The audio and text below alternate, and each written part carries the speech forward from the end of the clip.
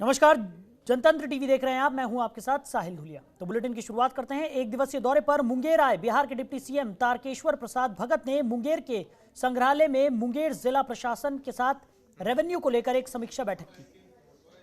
समीक्षा बैठक में उन्होंने खनन, उत्पाद, रजिस्ट्री और दूसरे विभाग के अधिकारियों से विभागीय आय को लेकर समीक्षा की और सरकार की तरफ से दिए गए लक्ष्य को कहां तक पूरा किया गया है इसके बारे में जानकारी दी। इस समीक्षात्मक बैठक में जहां एक ओर जिला प्रशासन के सभी अधिकारी कोरोना संक्रमण को लेकर अपने चेहरे पर मास्क लगाए हुए थे, तो वहीं डिप्टी सीएम तारकेश्वर प्रसाद भगत इस बैठक में बिना मास्क के नजर आए और उस पर अधिकारियों को भी अपने अपने चेहरे से मास्क हटाने को कहा।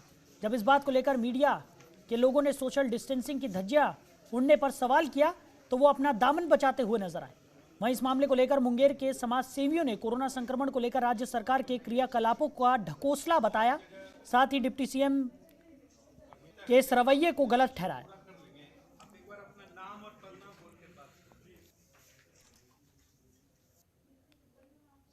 मुंगेर का आगमन था एक व्यक्तिगत अपने परिजन के कष्ट में आए हुए थे और वित्त मंत्री के नाते लगा कि मुंगेर आगमन का एक बेहतर इस्तेमाल हम जो हमारे राजस्व के स्रोत के अलग अलग विभाग हैं उनके साथ बात करके कैसे हमारी सरकार ने जो लक्ष्य दिया है उस लक्ष्य की कैसे पूर्ति करें। आपको पता है कि कोविड-19 के कारण विभिन्न विभाग जो राजस्व की अधिप्राप्ति में उनका विशेष योगदान रहता है उसमें कमी आई है। करके खड़ा मतलब कोरोना का कहीं पर से कोई वैल्यू नहीं है, कोई डिस्टेंस कुछ नहीं। एक जगह स्पेशल ट्रेन चला करके उसमें कोरोना सिस्टम है और एक जगह पैसेंजर चला के उसमें कोरोना खत्म। इसलिए कुछ समझ ही में ना आता कोरोना है कि नहीं है। और करने वाला जो पालनहार है जो उसको परवरिश कर रहा है वही कोरोना सिस्टम से दूर है, वो अपने डिस्टेंस को बरकरार न रखे, वही डिस्टेंस को बिहार क्या कहना चाहेंगे इस पे? ये तो वो जो कहते हैं वो दूसरे पर इम्प्लीमेंट होता है, उन पर इम्प्लीमेंट नहीं होता।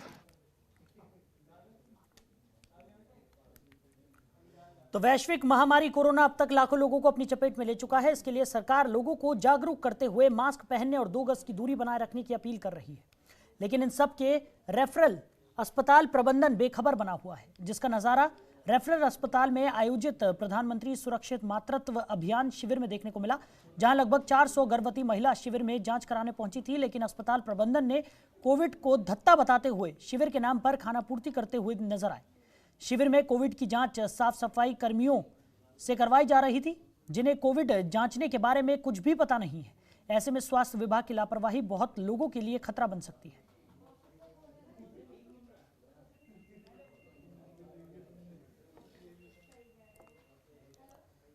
वहीं गोपालगंज में सारण डीआईजी मनु महाराज ने दौरा किया और अधिकारियों के साथ बैठक की। बैठक करने के बाद मनु महाराज कुचायकोट थाने का औचक निरीक्षण करने पहुंचे। निरीक्षण के दौरान मनु महाराज ने ड्यूटी पर तैनात एसआई उमेश यादव को सम्मानित किया और उनके कामों की तारीफ भी की।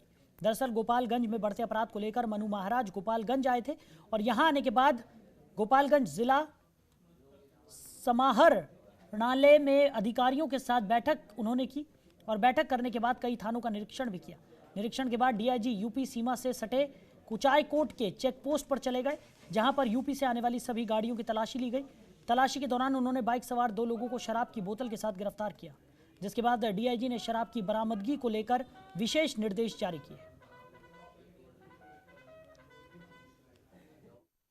निरीक्षण किया जा रहा है और पुलिस की अलर्टनेस चेक की जा रही है। अभी कुचियाकोट थाना है उसके चेक पोस्ट को चेक किया गया।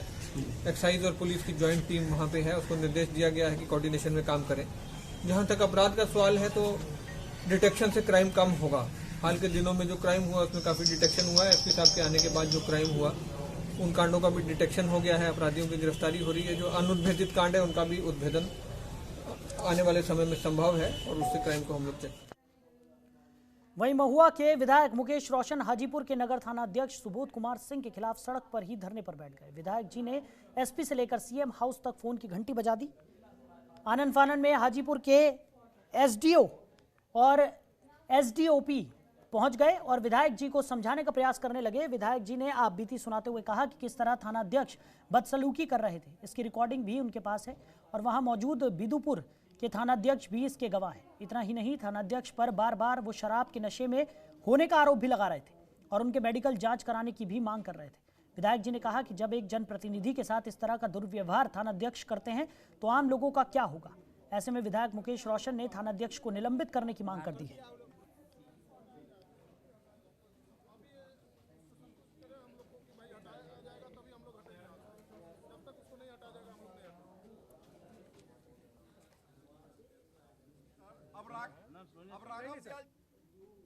हाँ जी, माननीय मुख्यमंत्री जी को जरा बता दिया जाए कि उनके विधायकों को कैसे यहाँ पर थाना प्रभारी के द्वारा दुर्व्यवहार किया जाता है। जब तक उसको हटाएंगे नहीं तब तक हम लोग यहाँ धरना पर बैठे रहेंगे। वहीं कैमूर जिले का शिक्षा विभाग अक्सर नए कारनामों के लिए चर्चा में रहता है। फिलहाल एक शिक्षिका से शिक्षा विभाग के कर्मी का 1 लाख रुपए घूस मांगते हुए ऑडियो क्लिप बहुत तेजी से वायरल हो रहा है। दुर्गावती में बालिका छात्रावास के वार्डन के पद पर रहते हुए शिक्षिका का 1,60,000 रुपए का बकाया बिल और 28 महीने का मानदेय बकाया है, जिसके भुगतान के लिए दिसंबर 2018 से वो शिक्षा विभाग के कार्यालय के चक्कर काट रही है, लेकिन अब तक भुगतान नहीं किया जा रहा है। और भुगतान के एवज में शिक्षा विभाग के कर्मचारी ने फोन कर 1 लाख रुपए की घूस देने की बात कही, जिसके बाद शिक्षिका ने इसकी लिखित शिकायत जिलाधिकारी और जिला शिक्षा पदाधिकारी को आवेदन और ऑडियो क्लिप देकर की है। पूरा मामला दुर्गावती प्रखंड के कस्तूरबा विद्यालय के तत्कालीन वार्डन टिंकू सविता कुमारी के साथ हुआ है, जो वर्तमान में कस्तूरबा छात्रावास दुर्गावती में शिक्षिका के पद पर कार्यरत है।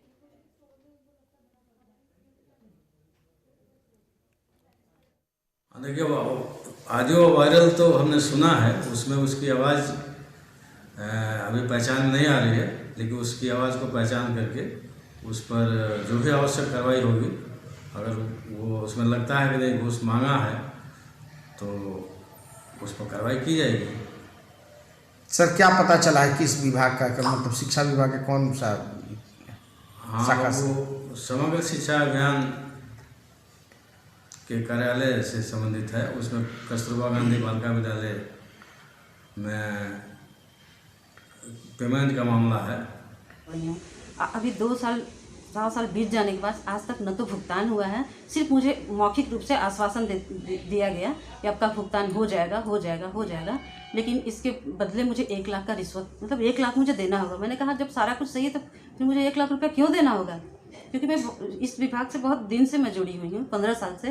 मैंने कभी भी कोई समायोजन कराया या कुछ भी कराया तो मैंने आज तक 1 रुपया दिया ही नहीं है। मुझे पता ही नहीं था कि रुपया दे के कैसे ये सब काम होता है। लेकिन अभी फ़िलहाल कस्तूरबा का कुछ पेपर करना था, वो लोग ने मुझसे 1 लाख रुपया मांगा। सर्व शिक्षा अभियान के वो क्या नाम है, विजय हैं, जो कि अन्य कई मीडिएटर के द्वारा वो खुद फ़ोन नहीं करते हैं। वहाँ ही कार्यरत एक सत्येंद्र जी हैं, जो कि पहले कस्तूरबा देखते थे, फिलहाल अभी शायद प्रभार में नहीं, मुझे बहुत अच्छे से पता नहीं है। उनके द्वारा मेरे पास फ़ोन आया, बार मुझसे मेरे पास फ़ोन आता है कि मैं विजय जी से बात हुई, मैं आपका काम करवा दूंगी, लेकिन मैडम आपको 1 लाख रुपया देना होगा। खबरों के निष्पक्ष विश्लेषण के लिए सब्सक्राइब करें Jantantra TV and press the bell icon. Never miss any update.